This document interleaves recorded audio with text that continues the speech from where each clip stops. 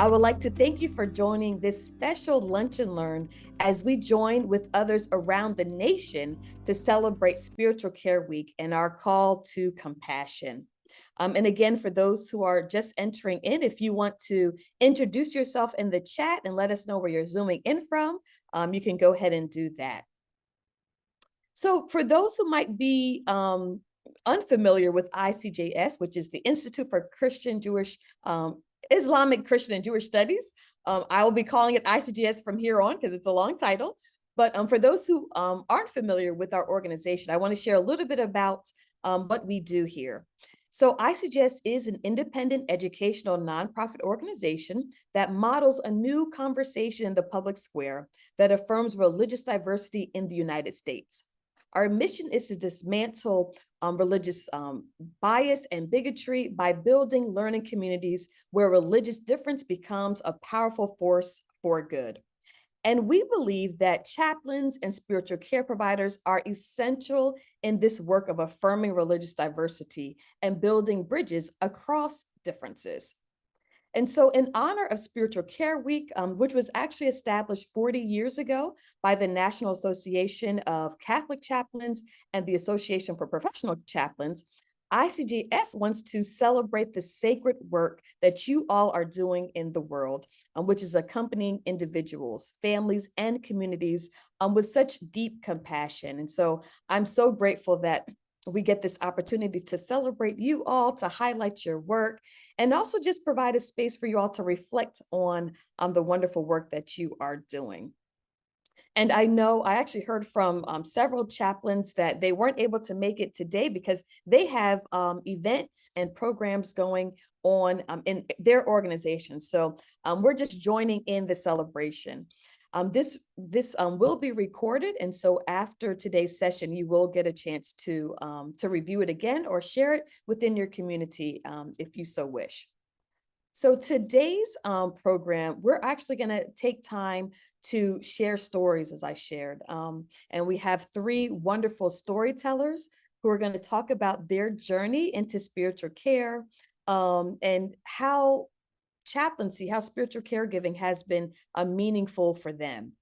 And this Lunch and Learn is going to be a little bit different than some of the other ones that we have done. If you've ever participated, it will be more interactive. And so after each person shares their story, I'm actually going to invite you all to reflect on your own journey, your own work, and we'll do more interaction in the chat. Since we are a small group, there might be time where, I'll invite you to share out loud as well.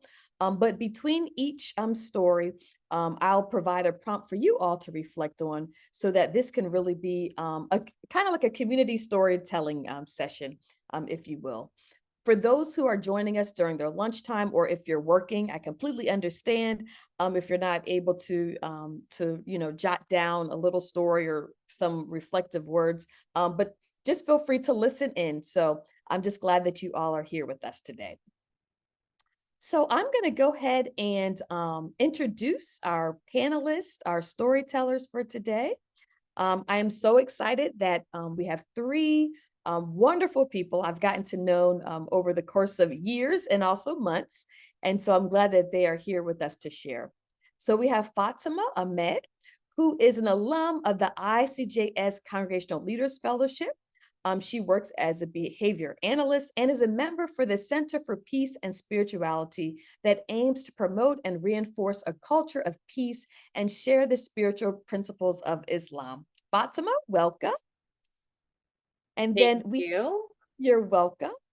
And then we have Dwayne Musgrove, who serves as the spiritual care coordinator and chaplain for Mercy Ridge Retirement Community in Timonium, Maryland. He also provides leadership and support for the diversity, equity, inclusion, and belonging team. He is also a bivocational pastor for a non-denominational church in Virginia. So he's very busy. Dwayne, welcome. Glad you're here with us. Good to be with you. Thank you. Yes. And then we have Molly Silverstein, who has served as a counselor, an educator, a chaplain, and a facilitator for a range of communities, from individuals navigating mental illness to Harvard undergraduates and people living with dementia. She currently serves at ICJS as the Program Director for Nonprofit and Civic Professionals at ICJS. So, Molly, thank you so much for joining us. Thank you. Thrilled to be here. Yes. So, before we go into having our panelists share their stories, I just want to offer a time for all of us just to kind of pause and do some grounding. And so, if you want to go off camera, you can, but we're just going to do this 5 minute sound bowl meditation. And so just let this time be for you, for what you need. I know some of you are at work or running from another meeting. And so it's always good just to pause. And so I just invite you to just take in a couple deep breaths, close your eyes, or if there's a focal point in your room, we're going to just take this time for ourselves to calm ourselves and ground ourselves.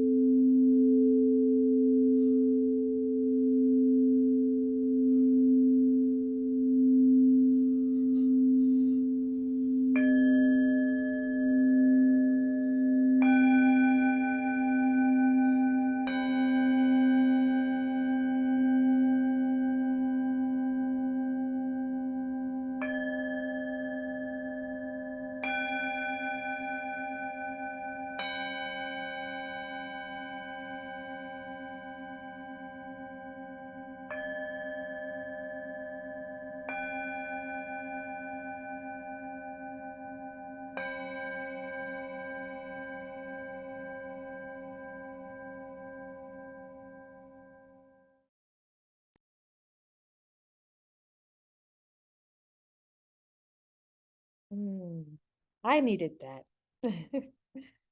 How are you all feeling after doing that meditation? Thumbs up if you're feeling good. If you're still like, "Ooh, I understand that. Um, but yeah, sometimes we just need a time to pause and center ourselves. So thank you all. So I am so excited to not introduce you, but to have Dwayne come and share his story with you about a memorable time in which he has offered care. And he's also going to share a little bit about his journey into spiritual caregiving. And so, Dwayne, I invite you to come up and share with us. Well, good afternoon, and thank you for allowing me to share with you today, and welcome everyone. Alicia did ask me to share a bit about my journey into spiritual care and what has been one of my most memorable spiritual care encounters. And her question allowed me time to really spend in reflection. I was raised in a home that was filled with unpredictability.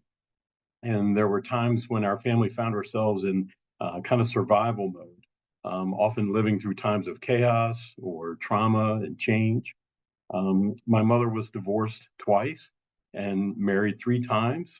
She raised me and my two siblings as a single mom at times, and we leaned into her mother, my grandmother, for a lot of support and stability.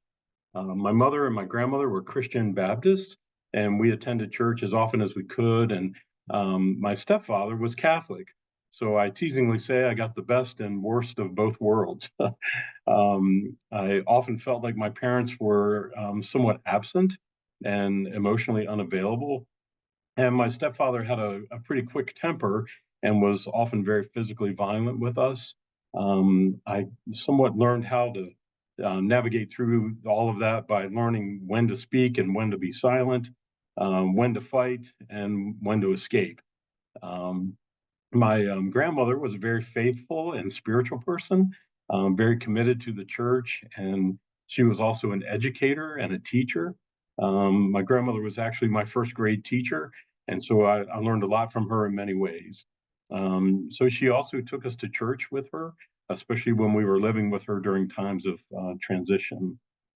I loved stories, and I loved to go to Sunday school and church as a child to hear about those amazing people in the Bible, stories of angels and demons and giants and arks and storms and floods and deserts, lion dens and whales that spitted up people and swallowed them up. And so I just love to hear the stories of how Jesus and his disciples would heal people and lift up those who were outsiders and marginalized in their community. To just hear how people were loved and how they loved everyone. So the stories connected me to my imagination. And through the power of story, I began to see and connect to a loving, compassionate, steady, and caring God, especially one who cared for those who were wounded and poor and faced fear and chaos in life. So while I was facing a lot of physical and emotional neglect and abuse at home, going to church, singing, reading scripture, and listening to sermons kind of began my journey into a sanctuary or a safe space. And I also had a lot of ministers who were encouragers and who believed in me and accepted me for who I was. I also loved music, so I often sang in school choirs and community choruses. I performed in musicals and for worship services. After graduating from high school here in Baltimore, I attended Towson University to pursue my music education degree, and I graduated in 1989. During the summer of 1987, I was invited to travel to Rwanda, Africa, for a mission trip, and I felt a strong sense of calling by God to enter into full-time ministry. And so after graduation, I went to Southern Seminary in Louisville, Kentucky, and graduated in 1994 with my Master of Divinity and my Master's in Church Music. So I also traveled to Moldova, which is near Ukraine and in that area of the Baltic states. I traveled there 6 times to sing and to preach, and it was amazing to live with people from another culture and to see how people who needed to feel loved and cared for responded to people who just wanted to extend God's love to others. I believe my time in Africa was probably one of the most profound spiritual encounters I've ever experienced, and it really changed my life. It taught me to be open to people of other cultures and to respect other religious beliefs and practices, and not just my own. So after 35 years in church ministry, I began to explore chaplaincy, especially after my grandmother died in my home with the assistance of Frederick Hospice. So I completed 4 units of clinical pastoral education, and I served as a chaplain and spiritual care counselor and the senior manager for bereavement and spiritual care with Hospice of Washington County in Hagerstown for over 11 years. I think caring for patients and their loved ones is very humbling. It's a very trusting and vulnerable time. And so I'm so grateful for all the amazing opportunities to care for people as they were nearing the end of their lives. I had several significant spiritual care experiences, but I've always been especially moved when someone would experience reconciliation or freedom. They would find release from some of the pains and wounds of the past, and then find peace at the end of their earthly journey. I began serving at Mercy Ridge Retirement Community in May of 2024, and this has been a time of new growth for me, even as an older person. I love caring for our residents in independent assisted living and memory care, and I enjoy providing opportunities for them to find meaning and purpose in their lives, no matter what season they're living in at this time. I really believe that all of life is a journey. It's filled with experiences and stories of joy and sorrow, and all of the human emotions of love and grief and loss, attachment and detachment as people let go and find freedom and release. And so I'm grateful for the gift of time to spend caring for others and to also be with you too. So thank you so much. Thank you so much, Dwayne. What a powerful story. Um, just about, I loved what you talked about finding a sanctuary and a safe place in the divine, in God, when you were living in such a chaotic space. And so, how that really wasn't it seemed like a catalyst for you to create safe spaces for other people. And so I'm so grateful for your journey and that I get to be a part of it as well. So thank you. Yeah, thank you. Thank you Yes, so much. you're welcome.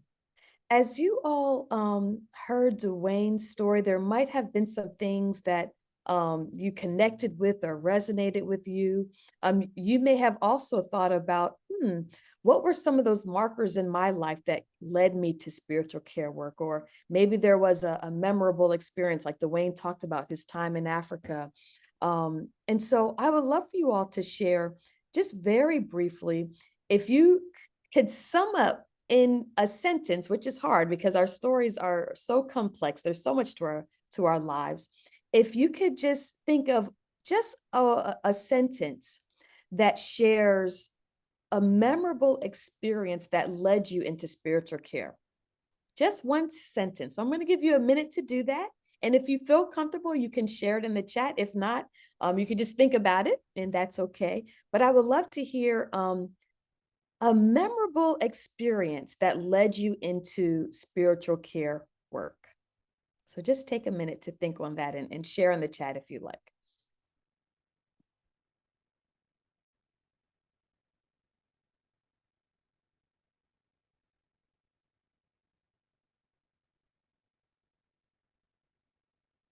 All right, thank you. And I hope you can just take that time of reflection, maybe even after this session. I'm going to invite Fatima to share. Um, Thank you, Carolyn, a family death in the hospital. Thank you. Yeah, so there's so many things that on this journey kind of lead us to where we are. And so it's helpful just to have space to think about those times. So I'm going to invite Fatima to share. One thing that I am so grateful for Fatima and the story that she is going to share is oftentimes we don't get to hear the impact of providing care. I know I worked in a hospital when I did my first CPE unit. My clinical pastoral education unit. And so, of course, a lot of the people I only probably saw once, and I didn't know what the impact was. And so I'm grateful for Fatima and hearing her story. And as you hear her story, as you listen to her story, I want you to think about the ways in which you can connect what resonates with you as you hear her story. So go ahead, Fatima, you can share. Thank you so much, Alicia, for your kind words. Uh, and I just want to say with Dwayne as well, just somebody so kind, having that background. I'm just in awe of you, Dwayne. So I just wanted to say that.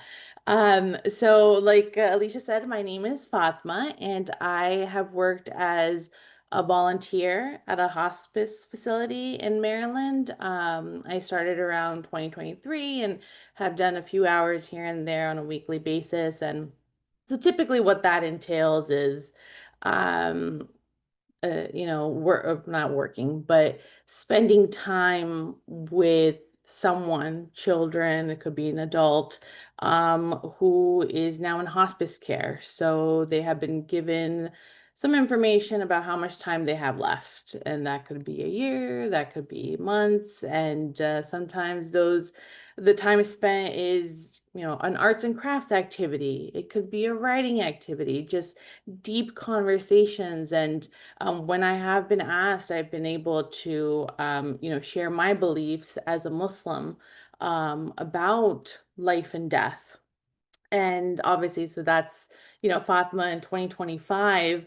But this experience here, which Alicia asked me to give my thoughts, and it allowed me to think back on my journey to this point, and that started in 2022. And in 2022, my father became very ill at the beginning of the year and was very quickly, his health diminished, and to the point where they had to remove medical care, and then he was deemed eligible for hospice care. And believe it or not, he actually didn't even make it to the hospice from the hospital. But um, during those few days at the hospital, a Christian chaplain came into the room. And as I reminded you, I'm Muslim.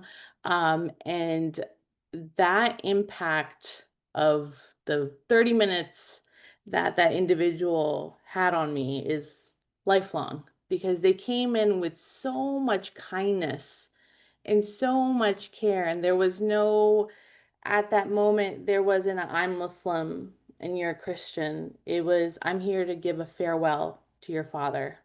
And if you allow me, and I can sit here if you quietly with you, or I can say some words, whatever you prefer. And obviously at that time my morale was very down, obviously, but um just a few words that he spoke, and I don't remember his name. I don't, I wish to connect with him at some point, but having somebody there representing goodness in spirit, and having that impact on me as a family member, and the way he even spoke to my dad. He was speaking to my dad, and my dad was not conscious at that time. And I was in awe, in awe.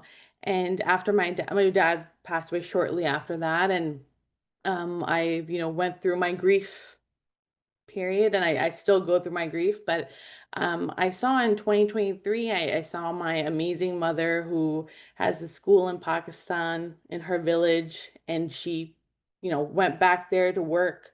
I have an aunt who is very close to me. She's my mother's friend. She does a lot of spiritual work. I saw my friends engage in spirituality work, and even somebody who works at ICGS, Zainab.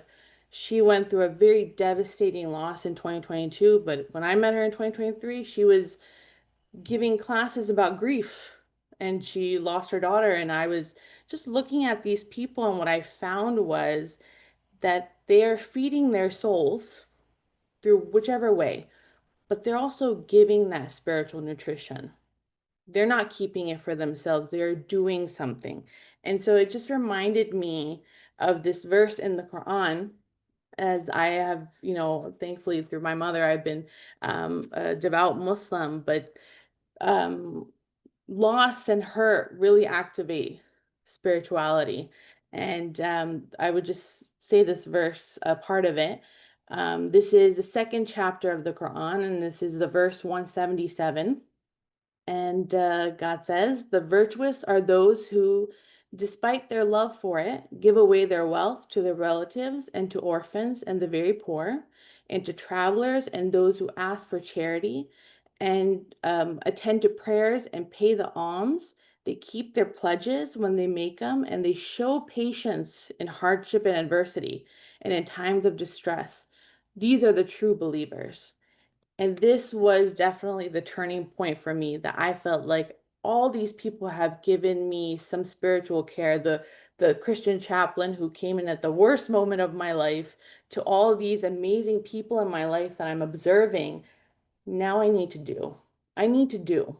I need to continue my connection with God for sure, to heal my spiritual fracture that I have, but I also need to do. And so I did the best thing I could. I Googled. I was like, how do I increase my spirituality? And I don't know if AI was working at that time or not, but I got some great tips, but I definitely wanted to go back to the place where I was hurt the most, which was in the field of death. It sounds so crazy when you say it, but seeing the professionals like Dwayne, like Alicia, like Molly, like Zainab, um, who give spiritual care and are around that. They're around hurt and loss and grief, but they still do it day in and day out. I was like, I need to do that. I need to go there. And thankfully, I was able to talk to my friend at ICGS who connected me with Alicia.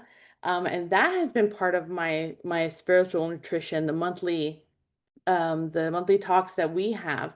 But that's definitely been my motivator to continue giving spiritual care. I feel like it's a responsibility that I have, not only to those people, it's to God, it's to myself, selfishly, but to myself too. And so I'll end here by saying one thing that I learned from our spirituality group, monthly group, Sam, who was in the group with us, he had said something very beautiful. He said, being a peaceful person is wonderful. Please be peaceful.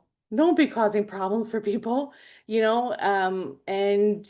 are many people who say, I want to just stay in my lane. I just want to, do what I need to do. I don't want to cause anybody problems, and that's wonderful. But doing good, being out there and doing good, that is a whole different ball game. That is what goodness is when it starts from here and you give it out. You don't keep it to yourself, and you give it out whichever way you want. And so what I say to the group here, and I'm sure there's people here who've been in the spiritual care field for years, there is no age, there is no time, there is no degree that can hinder your spiritual care growth. As long as you want to do it, you want to seek it, you can do it. And I used to diminish myself in the way I used to think, well, I just work, a volunteer hour, like 2, 3 hours here and there.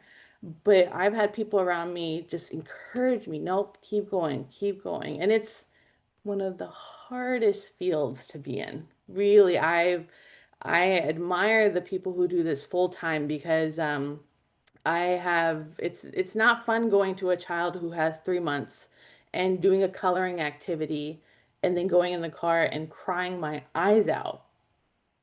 But I know that there is so much goodness there. So I appreciate everybody who does this, and has been such a great example for me. So including Alicia. So thank you so much.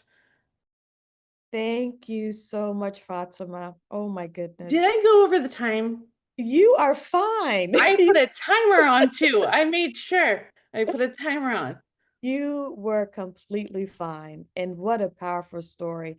I've heard Fatima's story several times. I feel like I keep hearing new pieces to it, but I'm always inspired by her story because, like I said, oftentimes we're meeting people for the first time. And like you said, in the hardest moment of your life, losing your father, and for, a chaplain to come in and just provide support and care.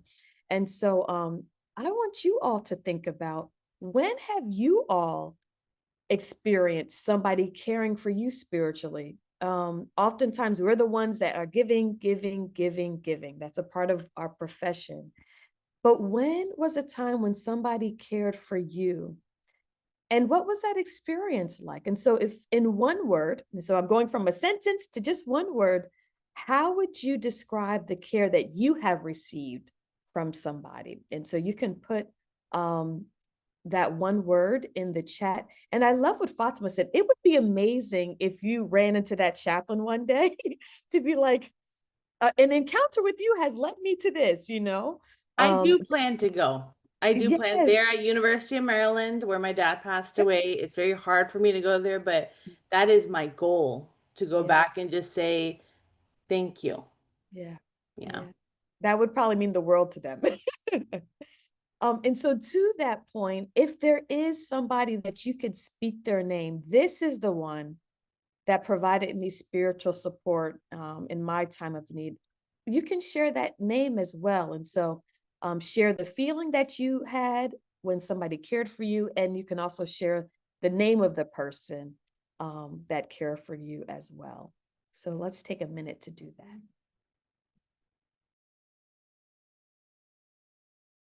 Thank you. I see that total peace, warming. Thank you all for sharing. Thank you. So we're going to end our storytelling time with Molly. She's going to share her story, and then I have one last reflection prompt. And then if you have any questions for our storytellers, we'll create space for you to ask them any questions that you might have. Or if you don't have questions, if there's just something that resonated with you that you would like to share, we'll have time and space for you all to do that as well. So go ahead, Molly, share your story. Thank you, Alicia. And thank you so much to Fatima and Dwayne. Your stories were so moving. I apologize, I'm going off camera a little bit, but I'm struggling with a cold. So if you hear like my voice being a little bit raspy, that's what's going on. But I'm so excited to be here. And I do see the work that we all do at ICJS as a form of spiritual care. But it was really fun to be able to like look back on my experience doing chaplaincy training in divinity school and think about that experience, particularly the experience of providing spiritual care for somebody with a different religious background. So I'll just talk a little bit about my background. Like Dwayne, I think I always have to go back to the origin. And so I grew up in a very secular family, secular Jewish family in New York. And my family is kind of almost the stereotypical type of secular Jewish family where there's an allergy to anything like religious or God related. And so that was the sort of world that I was steeped in growing up. But then in my 20s, I became very spiritually curious. And so I found that I had a spiritual longing and I wanted to try out different communities and religious practices. And so I spent a lot of time doing that. And then somewhere down the line, I realized that there was this movement of secular millennials primarily attending divinity schools and seminaries. And so I got really excited. I thought I could do that. This is a way to sort of bridge those worlds and explore these big questions and what this means to me. And so I found myself in divinity school, and I knew that I wanted to work with people. I worked with a couple of different populations, adults with mental illness, students, and I ended up working in long-term care at a facility called Hebrew Senior Life. And I had one patient at Hebrew Senior Life. It was a Jewish long-term care facility, but very religiously diverse, located in Boston, and sort of reflected the religious diversity of Boston. And I had one patient who I spent a lot of time with. We would go on these long, she was wheelchair bound, but I would take her on these long outdoor journeys and walks and kind of spend time in their garden space with her. And you know, we had these sort of long meandering conversations that weren't particularly focused on religion or God, but they did eventually wander into that territory, as happens in many of these relationships. And this patient, I'll call her Adele for the sake of this presentation.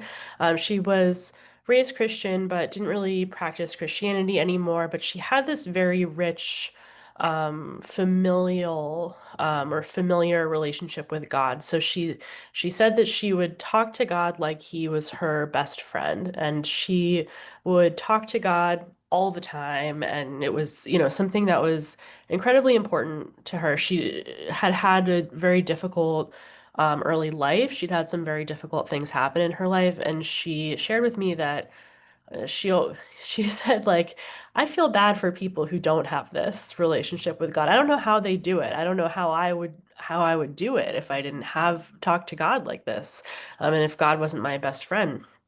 And I, you know, at that moment when she shared that with me, I had this like swell of complex emotions come up because I was raised in this context with this relationship to talking about God, thinking about God. I had some discomfort come up when she said that. I was, you know, like, I don't understand this. This is not, you know, something I relate to. And then I felt envy. I felt like, I want that. That's incredible. That sounds so peaceful and comforting and just meaningful. And then that envy kind of turned into this awe that I felt that this person that I had this a deep relationship with now had this incredibly important relationship and experience with God, and that we could be so different in our seeking and in our relationships to God, to the ultimate, to religion, whatever you know you want to call it. That we could be so different and still connect and understand each other and speak about this. And so I really, you know, care deeply about these encounters across religious difference. I think they're so important, and they've really transformed my life and the way that I think about what's possible. So that's my story, and thank you all so much for listening, and happy to be here with you all. Oh, thank you so much, Molly. Again, another just powerful story about these encounters that we have. And like Molly said, that transform you in ways you don't even realize they will. And so I'm grateful for you, Molly, for the openness to think about all the complex emotions you had in that moment and to still provide space for her to share her faith and her experience of God. And so thank you so much for that.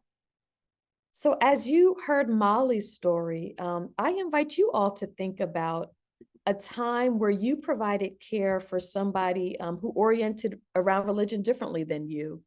And share in the chat, what did you learn from that experience? What did you gain from that experience? What new perspective or insight did you get from that encounter? And so just take a minute just to think about, yeah, what did I learn? And again, you can share it in the chat. And it can be as long as you want. It doesn't have to be a sentence, doesn't have to be a word. Just share, what did you learn from that experience?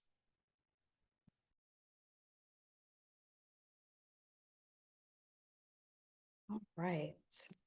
So again, you could continue to share your insights. I shared, for me, having experiences with people that had different religious backgrounds, I realized God is so much bigger than what I had imagined or even been taught. And so that's a lesson that I definitely carry with me in my life. Yes, that we are all seeking peace, the beauty and comfort of differences. Thank you. Thank you so much. So again, I want to thank our storytellers, Fatima, Dwayne, Molly, for sharing just such transformative experiences that you had in your life. And I just want to open up the conversation And if there's any questions that you all have for Dwayne or Molly or Fatima, please, you can actually unmute yourself because we're a nice, small, intimate group. You can go ahead and unmute yourself and ask your question, or if there's anything that just resonated with you that you want to share, you can feel free to do that as well. So the floor is open. Well, I will ask a follow-up question. So, and this is for anybody, Fatima, Molly, or Dwayne. I would love for you all to reflect on how do you see spiritual care 10, 15 years down the road, with AI kind of being the new thing. I've been hearing stories about, people, doing AI for counseling. And, I'm trying to imagine like chaplaincy in AI. Who knows what that would look like? But I would love for you all to reflect, like, what do you see the future of spiritual care work, given we're living in this kind of AI world? Fatima's like, I'm scared. I'm so scared. But may I say one thing about that? yeah, I'm hoping that it's not become so advanced or so popular 10, 15 years from now that we don't have people doing what they're doing. But I will say now that I've been in the spiritual care field as a volunteer, so I'm seeing professionals, working full time, going from here, like how Dwayne is working at the assisted living. Like there's so much work to do, and it's typically one or two people who are doing it. And at the facility that I've worked at, they care so much about volunteers, but internally I'm like, I hope that they're okay. Like, we need to check in on them. Are they okay? And so I understand where AI might have to play a role in that if we don't have more people um, being part of this field, that might be a possibility, probably that might be maybe a blessing. But I just know for sure AI can never replace a person. That I will say. But our care providers, they are doing a lot, and it can be very tolling. Very, very tolling. So I pray it doesn't get to that point, but you know, if it can be a blessing, then why not? I thank you. agree with what Go you ahead, said. Dwayne. Yeah, I agree, Fatima. I think, nothing can replace the power of human presence, for that empathy, that the listener who can engage and help someone maybe reframe or just express care for someone. If you're looking for advice and you want to diagnose yourself with Google and WebMD and do AI, well, that's a useful tool. But if you really want to feel cared for, I think there's a great deal of value in the human connection and that companionship that goes along with being cared for by another, and also the transformation that happens within the caregiver too. To say, I'm learning about the value of another human being and how much value their life has for all of us. So yeah, I think it can be a valuable tool. If you want a quick fix, you can Google that, I guess. Um, but there's something about this human experience that's very, very connected. Thank you, Dwayne, for that. Yeah, there's nothing that can replace that human touch. I love what Leslie is saying. AI is not human, and God created humanity in God's image, not computers. How can computers love and hold space for God? Great question, Leslie. I know when I've been you just reading up on, particularly in the field of counseling, how people are, going to these apps and sharing what their issue is, and feeling like, they're being heard and seen and not judged, just makes you think about this, like, wow, that, like Fatima said, that's kind of scary to even think about. But you're right, there's nothing that can replace that human touch. Molly, did you have any thoughts about that? Well, I just immediately thought back to Fatima saying, that when she wanted to deepen her practice of spiritual care, she looked it up online, like what are some ways to do that, which is, I think, is great, a great like example of this is a tool for humans to use to deepen, and maybe, you know, maybe there are some uses for these new tools for training chaplains or for distributing that training or something like that. So maybe that's another angle on it, but absolutely, I agree that you can't replace that human relationship. That will never be automated out. Thank you, Molly. I love that idea of what does that look like to use these technologies for training purposes. That's a good thought. I love that. Anybody else have a question or comment? I did see in the chat people just sharing, you know, thank you for sharing your stories, how amazing they were. Again, I am absolutely grateful for each of you and what you provide to this space. And for those who joined us today, I hope that you gained something by listening to Fatima and Molly and Dwayne's stories. I hope that you felt encouraged and can just take something away from this time together that strengthens you for your journey. I know oftentimes in spiritual care work, we talk about what are we doing for our own self-care? And that's just another question, like Fatima pointed out, in a lot of spaces, you know, there's only two chaplains working, you know, a hospital or hospice. And so I would love to hear Molly or Fatima or Dwayne, what are some things that you have found helpful as far as nourishing yourself and filling yourself? And anybody else, if you want to put in the chat, what has been helpful for you to provide self-care?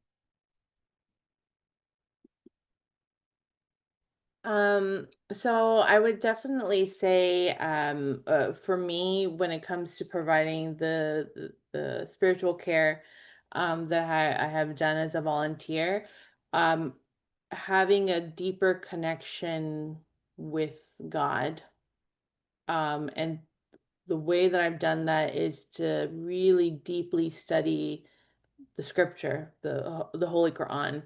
Like I said, like I was born, you know, as a Muslim. My mother, my parents raised me as a Muslim, but the deep study that I did as an individual of the Quran, that there was nobody in between. It was just me and God. I had to learn a lot about death. I had to learn a lot about, I needed a deeper understanding of why a 6-year-old has cancer. I want to understand. And I felt like really going deep into my connection with God and establishing that and continuously working on that. It's not a one day thing. It's a lifelong thing on a daily basis. That I think has definitely been that nourishment for me when it comes to just some of the volunteer work I've done. Thank you, Fatima. I like Yeah, what you I said, agree. developing your relationship. Yes. Go ahead, Dwayne. Yeah, I agree. I think deepening your own walk is so important. I find a lot of renewal or refreshing in silence, you know, because we are all keepers of all their stories. You know, sometimes we can become a sponge instead of a conduit. And so it's nice sometimes to kind of wring that out and just find time to be quiet, to be a deeper listener to God or others or even myself, instead of always caring for others, to just say, you know, this is my time. And so I'll go on silent retreats or walk in nature, go on a bike ride, you know, do what I can to just spend some time being quiet. That's often very refreshing for me. Thank you, Dwayne. And I like what you said, even taking time to listen to ourselves, because Yeah. sometimes we don't do that. So thank you. Yeah. How about for you, Molly? I second what you both are saying. The things that help me with that the most, I find, are quiet, like Dwayne said, practices that get me into my body, like even just walking, exercising, doing yoga, like anything that kind of takes me out of my head and into my body is helpful. And then creative practices, writing, drawing, journaling, all of these things are nourishing in different ways alongside the spiritual practice and um, being in community and connecting in that way. Beautiful. Thank you. I'm also a very embodied person, so I like to dance. That's my form of self-care, and walking too, and walking. So it looks like we do have a question from Judy. She talked about, how has the pandemic influenced or changed your spiritual caregiving? That's a good question. Dwayne, you want to share?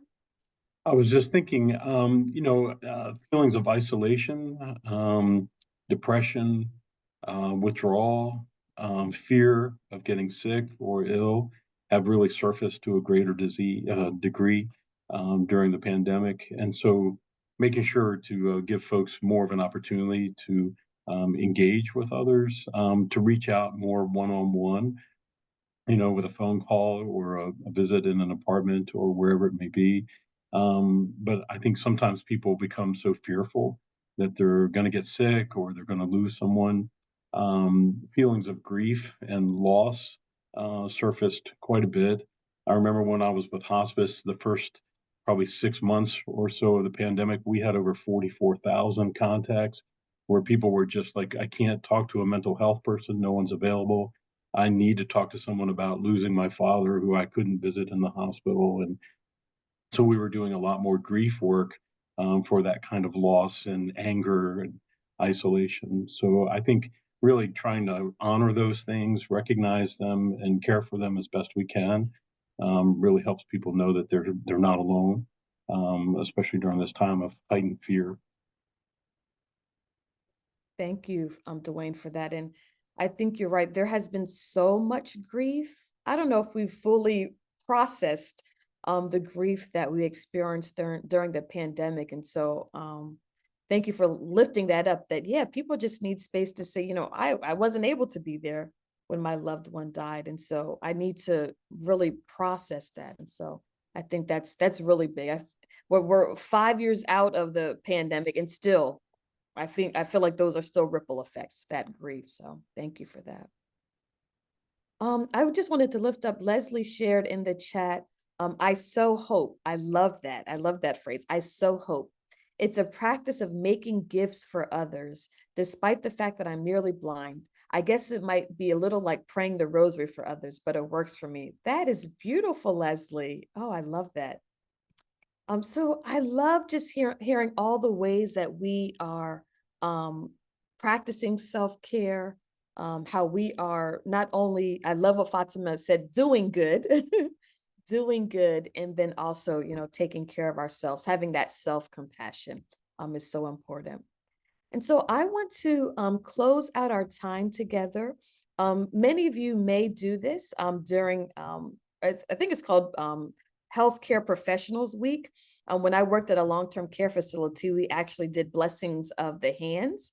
And we would go around to nurses and nurse aides, the nutritionists, anybody that was helping with the patients. And we would go and bless their hands.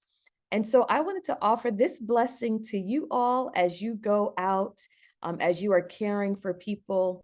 I want you just to listen to this blessing, and hopefully it's something that you can take with you as you go from this gathering. So I invite you, if you want to put your palms up, facing the screen, cupped, lay them on your lap, upwards, whatever you feel comfortable. So I just invite you to take a deep breath. Blessed are these hands that have touched life. Blessed are these hands that have felt pain.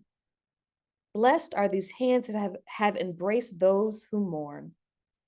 Blessed are these hands that have anointed the sick and offered blessings. Blessed are these hands that have comforted the dying and gently washed the bodies of those who have died. Blessed are these hands that they may continue to live out their call to compassion. Thank you all so much for being here, and I hope to see you again.